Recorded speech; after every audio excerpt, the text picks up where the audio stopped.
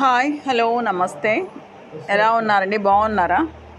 నేను కూడా బాగున్నానండి. మీరందరూ కూడా చాలా చాలా బాగుండాలని, ఆయురారోగ్యాలతో సుఖంగా సంతోషంగా ఎప్పుడు నవ్వుతూ ఉండాలని నేను భగవంతుని ప్రార్థిస్తున్నాను. అట్లాగే ఈరోజు అన్నదాన కార్యక్రమాన్ని నేను నిర్వహించిన డాక్టర్ జానీభాయ్ గారికి కూడా కృతజ్ఞత తెలియజేసుకుంటున్నాను. వారు వారి కుటుంబ సభ్యులు ఆయురారోగ్యాలతో సుఖంగా సంతోషంగా ఉండాలని, పిల్లలు బాగా చదువుకొని అభివృద్ధిలోకి రావాలని, వాళ్ళ కోరికలన్నీ నెరవేరాలని నేను భగవంతుని ప్రార్థిస్తున్నాను. నేను ఈరోజు బోడిగోడు తోట వచ్చానండి అన్నదానం కోసం. చాలా రోజులు అయిపోయింది బోడిగోడు తోటకు వచ్చాను. ఈరోజు బోడిగోడు తోటకు వచ్చాను. బాగా ఎండలు కొంచెం తగ్గినట్టే తగ్గుతున్నాయి. మళ్ళీ నైట్ టైం ఏమో వర్షం పడుతుంది, పొద్దునేమో ఎండలు విపరీతంగా ఉంటున్నాయి. అసలు జూలై నెల వచ్చేసినా కూడా ఇంకా మనకు ఎండలు తగ్గలేదన్నమాట. చూడండి, ఒక్కరికైనా చెప్పులు ఉన్నాయేమో, చెప్పులు కూడా వేసుకోకుండా వస్తారు.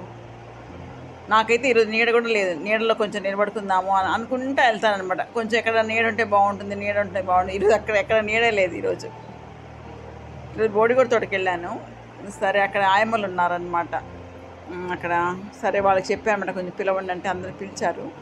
అంటే ఒక్కొక్కరు వస్తూ ఉన్నారనమాట. ఎండ టైం కదా, అందరు ఇళ్ళల్లో ఉంటారు లోపల. అంటే వీళ్ళు వెళ్ళి చూసి వాళ్ళు వస్తారనమాట.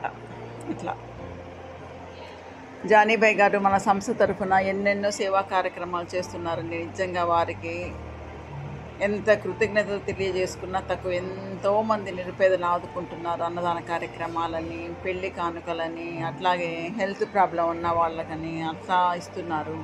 ఈ నెల కూడా ఒక హెల్త్ ప్రాబ్లం ఉన్న ఒక వీల్ చైర్ అడిగారనమాట వేరే వాళ్ళు. వాళ్ళకు ఒక వీల్ చైర్ ఇద్దాం అనుకుంటున్నాను జానీభాయ్ గారి వాళ్ళ తరఫు నుంచి. అది కూడా ఇవ్వాలి.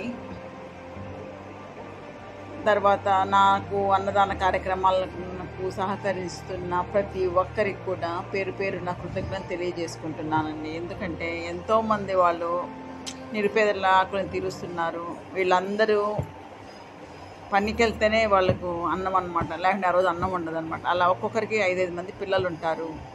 చాలని సంపాదన, కాగితాలు వేసుకొని బతుకుతారనమాట. వీళ్ళందరూ చెత్తలో ఉంటాయి కదా కాగితాలు. ఆ కాగితాలన్నీ ఏరుకొని అవి అమ్ముకొని వచ్చిన డబ్బుతో సగం తాగుడుకు పోతుంది, సగం ఏమో ఇంట్లో ఇస్తారు. ఆ ఇంట్లో భార్య, 3 పిల్లలు, 4 పిల్లలు, 5 మంది, ఒక ఫ్యామిలీకి 5-5 మంది ఉండొచ్చు. చూడండి పిల్లలు ఎంతమంది ఉన్నారు. పొట్టలో ఒకరు ఉంటారు, ఒళ్ళో ఒకరు ఉంటారు, చేతిలో ఈ పక్క ఒకరు ఆ పక్క ఒకరు ఉంటారు అనమాట. అలా పిల్లలు. మళ్ళీ ఆ పిల్లలందరినీ పోషించాలి. స్కూల్కి వెళ్తే వాళ్ళకు భోజనం ఫ్రీగా పెడతారు. స్కూల్ కూడా వెళ్ళరు.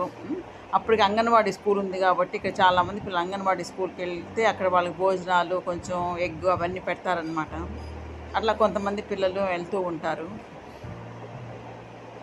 ఇలాంటి వారికి మనము ఎంతోమందికి అన్నదాన కార్యక్రమాలు నిర్వహిస్తున్నామండి. అట్లాగే నాకు సహకరిస్తున్న వారికి కూడా ప్రతి ఒక్కరికి కూడా పేరు పేరున కృతజ్ఞత తెలియజేసుకుంటున్నాను. అట్లా జానీభాయ్ గారికి కూడా మరొకసారి కృతజ్ఞత తెలియజేసుకుంటున్నారు. వారు మన సంస్థ తరఫున ఇంకా ఎన్నెన్నో సేవా కార్యక్రమాలు చేయాలని, ఇంకెంతోమంది నిరుపేదలను ఆదుకోవాలని నేను భగవంతుని ప్రార్థిస్తున్నాను. నా వీడియో చూస్తున్న వాళ్ళకి కూడా కృతజ్ఞత తెలియజేసుకుంటున్నాను. అందరికీ మరొకసారి నమస్తే.